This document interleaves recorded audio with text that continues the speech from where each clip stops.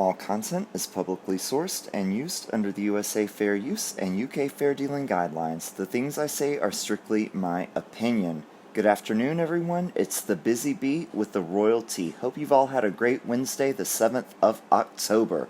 Boy, I have something so stomach-turning, is all I can say about it, to share with you all today. When I read it, it was just absolutely disgusting to me. I'll get into it in just a minute. Alright, yesterday in the video, I had a typo. The year of Janis Joplin's death, I had put 1979. Very sorry about that. That was my mistake. I know it's 1970. Bad B. Thank you to my patrons, of course. For today's royal fact of the day, we have Henrietta Maria, the Queen Consort of Charles I. Oh, this is a good one too. This is Henrietta and her coat of arms. Now, let me ask you, is this angel supposed to be a female? Because she has some very muscular legs. She works out, that's for sure. Very sloppy signature of the Queen. And our fact, in the years leading up to the Civil War, the people of Protestant England began to hate the pious Catholic Queen Henrietta Maria. She spent huge amounts of cash on her wardrobe.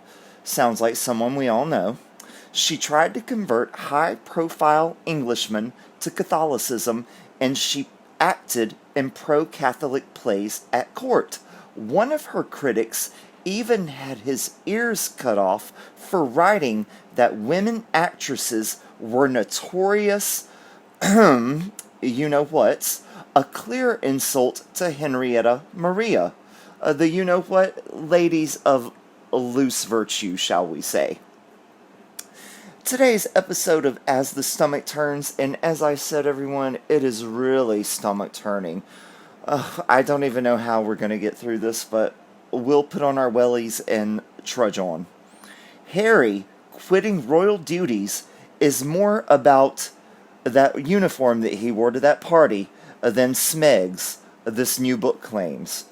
Okay, this is really ridiculous. This is the most malarkey, hogwash, whatever pretty word you want to use to describe a big fat bunch of lies, then go ahead and use it, but that is exactly what this is.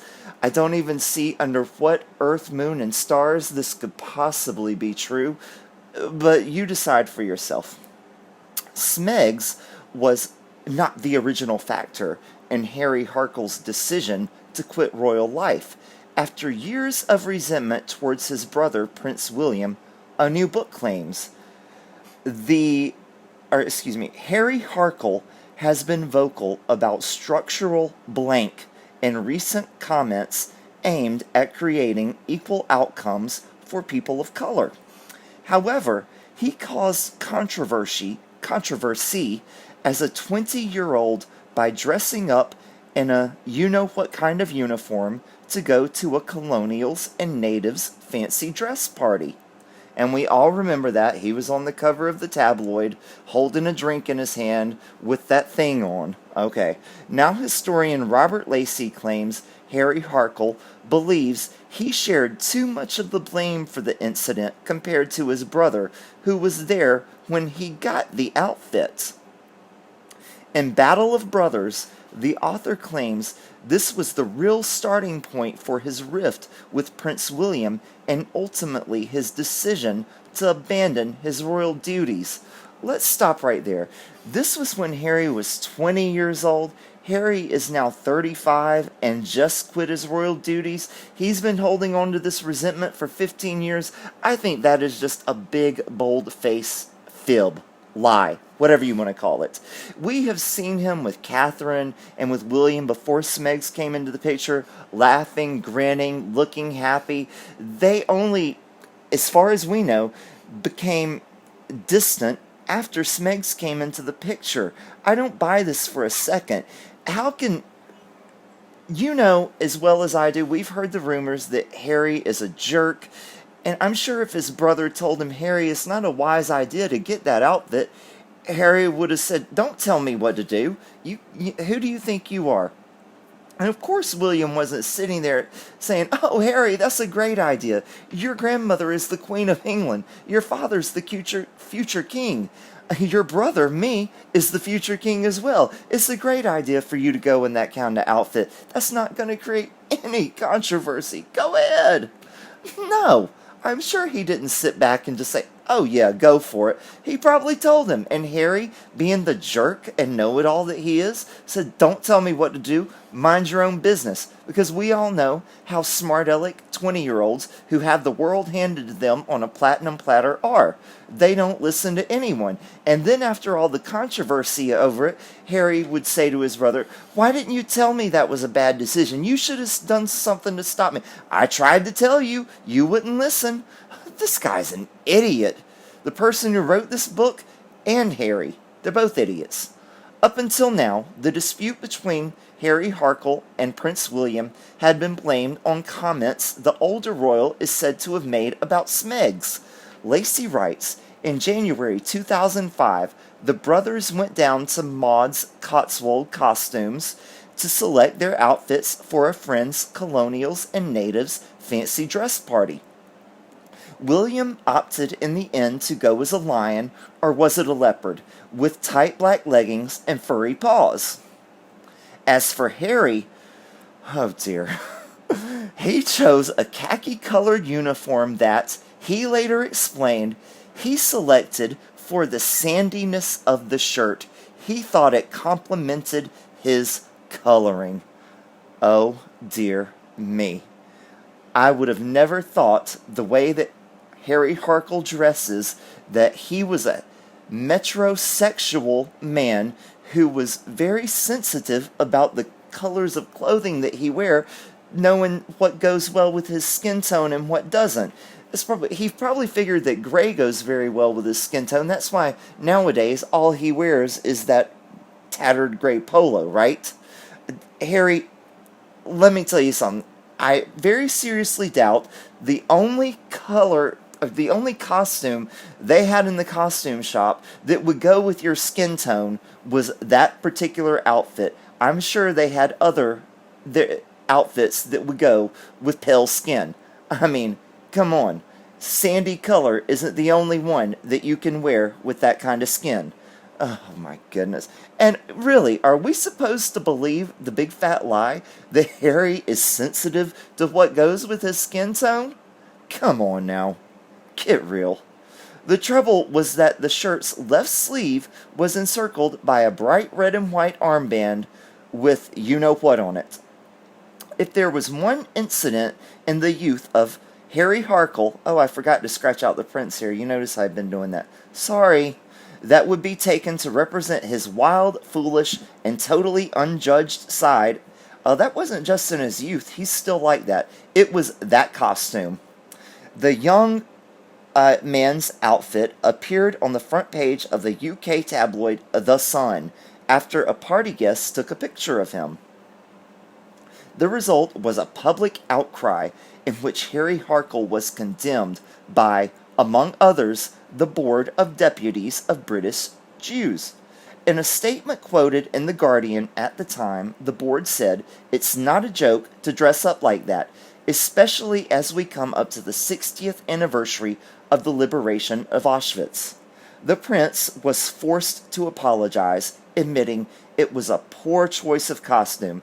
Harry makes a lot of poor choices. He didn't know it was a poor choice before he selected it. When he selected it, he didn't realize, maybe this is a bad decision. I'm in the press a lot. Everybody knows who I am. This isn't the best thing for me. What a doofus. Lacey claims he continued to harbor resentment that his brother did not share the backlash. Why would his brother share the backlash? You're a grown man. Your brother can't control what you do. Why in the world would anyone blame William for your dumb decisions? At the end of the day, you're legally of age to make your own decisions. No one can stop you, so your brother can't share in the blame for it, even if he was there. Get real. You're a whining, pathetic, sniveling brat who wants other people to take the blame for your dumb decisions. Not gonna happen. The book describes how William was with Harry Harkle when he picked up the uniform and went to the party alongside him, but was never reprimanded. Lacey writes of Harry, he apologized, but there was public outrage. Many observers, however, missed the point. Obviously, the 20-year-old Harry wasn't really what the outfit portrayed him to be, as one Labour MP alleged. Well, if he wasn't, then why would he wear the outfit? And we've heard rumors that he has said, terrible things to Jewish kids he went to school with. I read that in Lady C's book about him. He cornered one and was yelling very mean things at him about his religion. This guy's a jerk. Of course he has those sympathies. He wouldn't wear that. He knew full well what he was doing when he did it. And he has the nerve these days to preach to us about social equality? Get over yourself, Harry Harkle. The lad was naughty, but not a you-know-what. Most clearly of all, we know that Harry Harkle chose his costume in conjunction with his elder brother. Right, because that kind of costume goes with the lion, right? Okay. The future King William V, then 22, who had laughed all the way back to Highgrove with the younger sibling he was supposed to be mentoring, and then onwards to the party together. He was probably laughing because his brother was such an idiot. I told you, this is a bad decision. You're gonna really get it for this. That is what he was laughing about. But did a single commenter remark on Prince William's role in the debacle? He didn't have a role in the debacle. Sheesh. It was the function of the elder brother to be perfect in the public eye, whether he truly was or not, and it was the function of the younger one to make the rest of us laugh or complain or feel disapproving, and at all events to make us feel thoroughly superior to the poor, clueless kid. Who feels sorry for him? He's had the world handed to him, every privilege, anything he could possibly want. It's been given to him.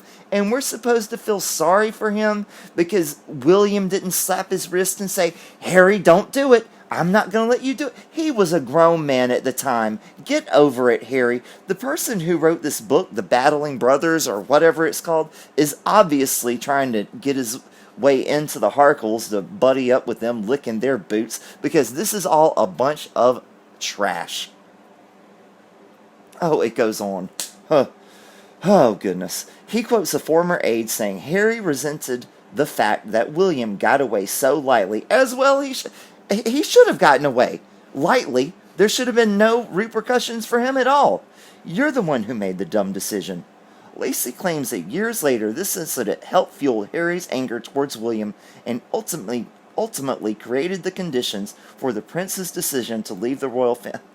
Come on. 15 years later, he decides to leave because of this incident. This is the biggest, and it makes me sick. It is a lie. Straight up, bold-faced lie.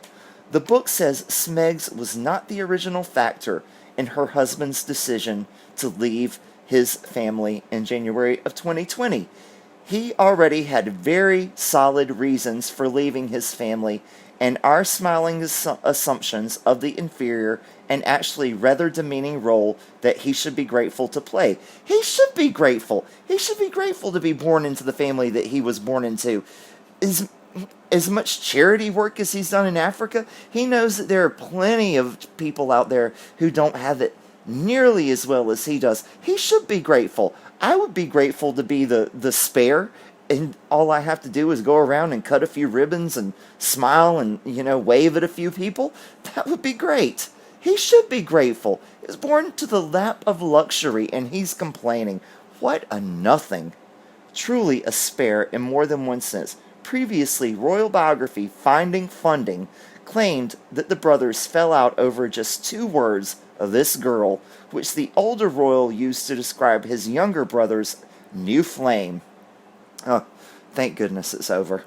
A few comments from the last video about Smegs leaking her Christmas plans several months early and giving us an update on Archie, although all she said about Archie was, he's keeping me on my toes. He's really busy.